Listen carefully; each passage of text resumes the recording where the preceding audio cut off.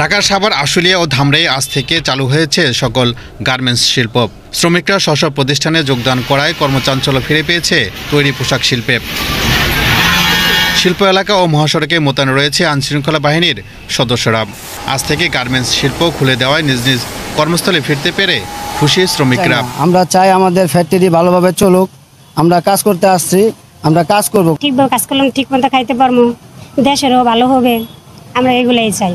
দেশের সম্পদ রক্ষা করে গার্মেন্টস শিল্পকে সচল রাখি এই স্লোগানকে ধারণ করে বিজিএমইএর নেতৃবৃন্দের সাথে মাঠে রয়েছে সেনাবাহিনীর সদস্যরাও। গার্মেন্টস শিল্পে সন্ত্রাস, নৈরাজ্য, ভাঙচুর পরিহার করে দেশের সম্পদ রক্ষা করে গার্মেন্টস শিল্পকে সচল রাখি এই স্লোগানকে ধারণ করে বিজিএমইর নেতৃবৃন্দের সাথে মাঠে রয়েছে সেনাবাহিনীর সদস্যরাও। পোশাক খাতের চাকা সচল রাখতে ও বিশৃঙ্খলা এড়াতে মাঠে কাজ করছেন তারা।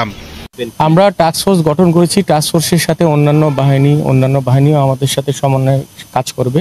ঐক্যবদ্ধভাবে যদি আমরা সবাই একসাথে কাজ করি, আমাদের এই অরাজকতা যেন কেউ না করতে পারে, বিশৃঙ্খলা যেন কেউ না করতে পারে, সের জন্য আমরা চেষ্টা করছি। আরএমজি সেক্টর সচল না হলে পরে দেশের অর্থনীতিকে সচল করা আমাদের জন্য কঠিন হবে। সেনাবাহিনী আমাদের সাথে আছেন, আমরা অর্থনৈতিক যুদ্ধ করছি, ওনারা আইন শৃঙ্খলা রক্ষা করার জন্য যুদ্ধ করছেন। সবাই মিলে আমরা একসাথে আবার রিস্টার্ট করি।